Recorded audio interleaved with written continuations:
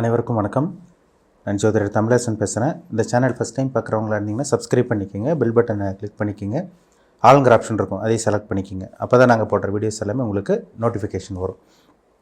இன்றைக்கி நம்ம இந்த வீடியோவில் பார்க்க போகிற தலைப்பு ராகுகேது பயிற்சி பற்றி பார்க்க போகிறோம். ராகுகேது பயிற்சி 2025 தனுசு ராசி நேயர்களுக்கு எப்படி இருக்குன்னு பார்க்கலாம்.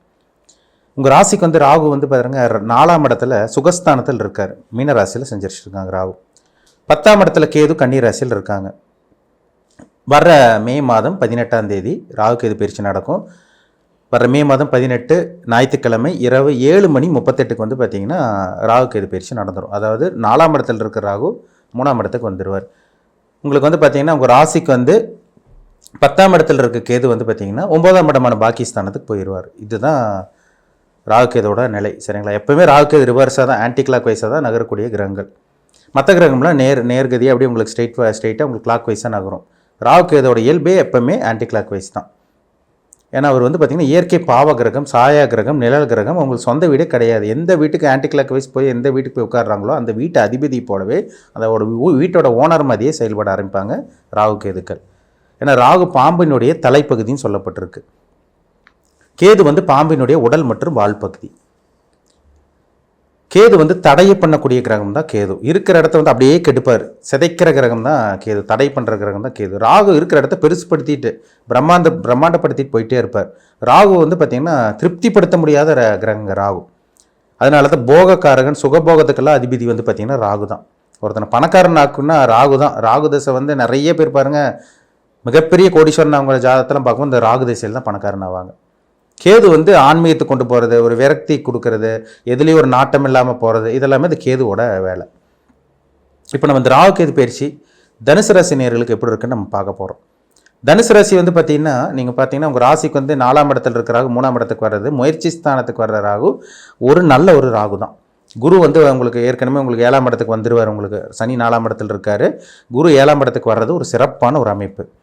மே மாதம் 14ஆம் தேதி குரு பயிற்சி நடக்கும். 18ஆம் தேதியே பார்த்தீங்கன்னா ராகுகேது பயிற்சி நடந்துடும்.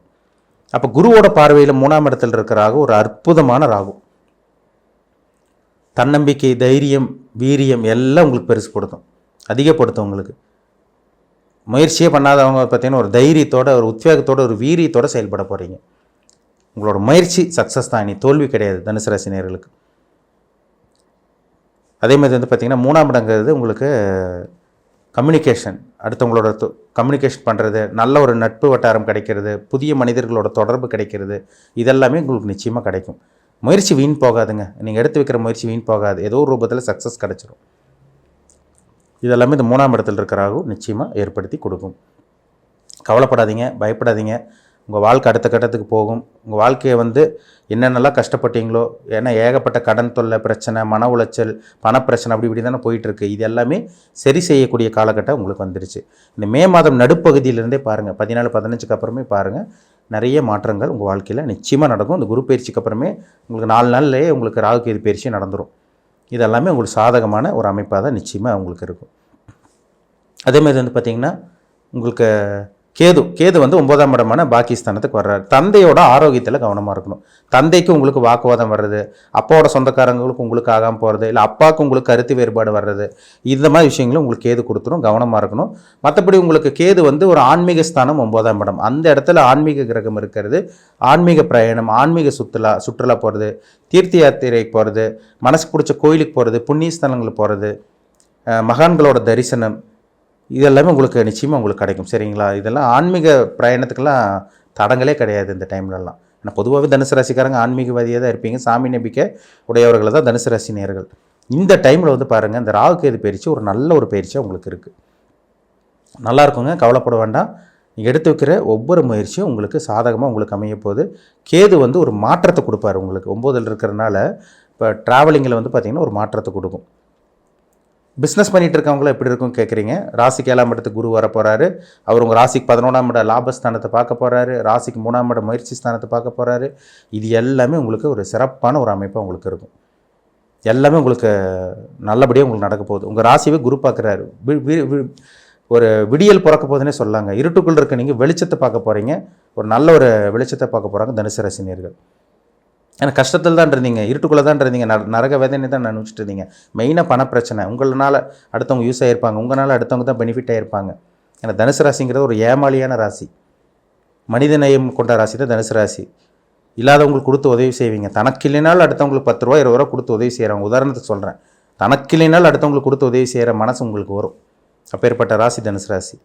ஏமாளின்னு சொல்லுவாங்க. நிறைய பாருங்கள் தனுசு ராசிக்காரங்க ஏமாந்து தான் போவீங்க. இறக்க குணம், மனிதாபிநேயம், அடுத்தவங்கள்ட்ட வளைஞ்சு நெளிஞ்சு போகக்கூடிய அந்த தன்மை, இதெல்லாமே உங்கள்கிட்ட நல்லாவே இருக்குங்க. பிடிவாத குணம் உங்கள்கிட்ட இருக்கவே இருக்காது. அட்ஜஸ்ட் பண்ணி போயிடுவீங்க, யாராக இருந்தாலும் அட்ஜஸ்ட் பண்ணி போகக்கூடிய அமைப்பு தான் இந்த தனுசு ராசி நேர்கிட்ட நிச்சயமாக இருக்கும்.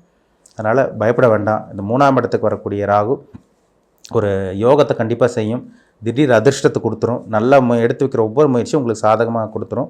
9ஆம் இடத்துல இருக்க கேது நிச்சயமாக ஒரு மாற்றத்தை கொடுக்கும் உங்களுக்கு. சரிங்களா? தந்தையோட உடல் ஆரோக்கியத்தில் மட்டும் கொஞ்சம் கவனமாக இருங்க. அப்பாவுக்கு உங்களுக்கு கொஞ்சம் ஆகாமல் போகும். தந்தை வழி சொந்தக்காரங்கிட்ட மட்டும் கொஞ்சம் கேர்ஃபுல்லாக கவனமாக இருங்க. மற்றபடி பெரிய பாதிப்பெல்லாம் உங்களுக்கு நிச்சயமாக உங்களுக்கு இருக்கவே இருக்காது. சரிங்களா? உங்கள் ஜாதகத்தில் என்ன தசாபுத்தி போகுதுன்னு பாருங்கள். ராகு கேதோட இம்பேக்ட் எப்படி இருக்குன்னு பாருங்கள். ஏன்னா ராகுங்கிறது வந்து பார்த்திங்கன்னா நிழல் கிரகம், சாயா கிரகங்கள் ராகு கேது. இப்போ சுக்கிரன் குருவோட ராகு கேது சேரக்கூடாது. இப்போ செவ்வாய் ராகு சேர்ந்துச்சுன்னு வச்சுக்கோங்க, ஆக்சிடென்ட் ஆகும்.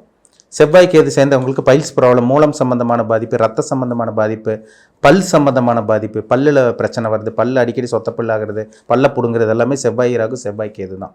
அந்த காம்பினேஷன் இருக்கும். புதன் ராகு புதன் கேது இருக்கிறவங்களுக்கு தோல் சம்மந்தமான பாதிப்பு, படிப்பில் தடை, இது மாதிரி விஷயங்கள்லாம் வரும். அப்போ உங்கள் பிறப்பு ஜாதகத்தில் சிம்ம ராசிலையும் கும்பராசிலையும் என்ன கிரகங்கள், அந்த 7 கிரகங்கள் சம்மந்தப்பட்டிருக்கான்னு பார்க்கணும். 7 கிரகத்தில் ஏதோ ஒரு கிரகம் இருந்துச்சுன்னா அது மூலமாக அந்த காரகத்துவம் மூலமாக உங்களுக்கு வேலை செய்யும். இப்போ சனி கேது சேர்ந்துருக்குன்னு வச்சுக்கோங்க. சிம்ம ராசியில் சனி இருக்கார், இப்போ கேது வர்றார், தொழிலில் முடக்கமாகும் தனுசு ராசி நேயர்களுக்கு. அப்போ அந்த இடத்துல சனி இருக்காரா, உங்களுக்கு என்ன தசாபுத்தி போகுது, சனி ராகு சேர்ந்துருக்காங்களா, என்ன உங்களுக்கு தசாபுத்தி போகுது, இதெல்லாம் மேட்ச் பண்ணி பார்த்தா தான் நம்ம 100% துல்லியமாக சொல்ல முடியும். சரிங்களா? ஒரு தனி மனிதனுடைய ஜாதகம் ரொம்ப முக்கியங்க.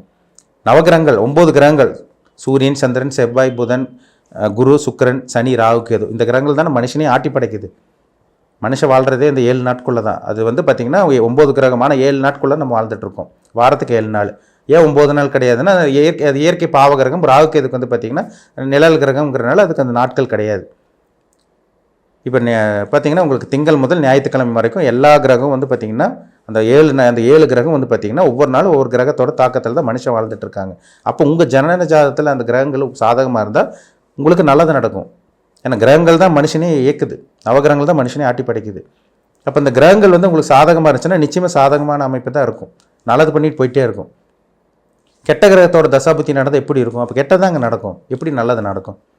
அதனால் உங்கள் பிறப்பு ஜாதகத்தில் நீங்கள் என்ன கர்மா வாங்கிட்டு வந்திருக்கீங்க, என்ன கர்மாவில் பிறந்திருக்கீங்க, நல்ல கர்மாவில் பிறந்திருக்கீங்களா, கெட்ட கர்மாவில் பிறந்திருக்கீங்களா, இது தனிப்பட்ட ஜாதகத்தை பார்த்தா துல்லியமாக சொல்லிட முடியும். எந்த வயசு வரைக்கும் நல்லா இருப்பாங்க, எந்த வயசில் பிரச்சனை வரும், இல்லை பிரச்சனை முடிஞ்சு எப்போ வரைக்கும் நல்லா இருப்பாங்க, எந்த டைமை வந்து பயன்படுத்திக்கலாம், எப்போ லைஃப் செட்டில் ஆகும், அடுத்த கட்டத்துக்கு போகும், இது எல்லாமே ஜாதகத்தை பார்த்தா தான் நம்ம அக்யூரேட்டாக துல்லியமாக தெரிஞ்சுக்க முடியும். ஜாதகத்தில் நிறைய ரகசியங்கள் இருக்கும், அதை பார்த்தா தாங்க தெளிவாக சொல்ல முடியும், தெரிஞ்சுக்க முடியும். தனி மனித ஜாதகம் ரொம்ப முக்கியம். உங்கள் ஜாதகத்தை பார்த்து தெளிவாக தெரிஞ்சுக்குங்க. ஏன்னா ஜாதகம் வந்து பார்த்திங்கன்னா ஒரு லக்னம்ங்கிறது வந்து ஜாதகத்தில் லக்னம்ங்கிறது வந்து பார்த்திங்கன்னா உயிர், ராசிங்கிறது உடல். இந்த உயிரும் உடலும் சேர்ந்துக்கிறதுனால தான் மனுஷனோட இதெல்லாமே என்னென்ன மனுஷன் என்னென்ன அனுபவிப்பாங்க, என்னென்ன அனுபவிக்க முடியாது, என்னென்ன சோதனை ஒரு என்னென்ன காலகட்டங்கள் என்னென்ன நடக்கும், இதெல்லாமே துல்லியமாக நம்ம நிச்சயமாக நம்ம தெரிஞ்சுக்க முடியும். சரிங்களா? உங்கள் பிறப்பு ஜாதகம் பாருங்கள், ரொம்ப ரொம்ப ரொம்ப முக்கியம். மீண்டும் அடுத்த பதிவில் சந்திக்கும் வரை உங்களிடமிருந்து விடைபெறுவது உங்கள் ஜோதிடர் தமிழரசன். இந்த சேனல் பிடிச்சிருந்தா உங்கள் நண்பருக்கு உறவினருக்கு ஷேர் பண்ணுங்கள், லைக் பண்ணுங்கள், சப்ஸ்கிரைப் பண்ணுங்கள், பெல் பட்டனை கிளிக் பண்ணிக்கோங்க, ஆளுங்கிற ஆப்ஷன் இருக்கும், அதையும் செலக்ட் பண்ணிக்கோங்க. அப்போ தான் நாங்கள் போடுற பதிவுகள் எல்லாமே உங்களை வந்து சேரும். நன்றி, வணக்கம்.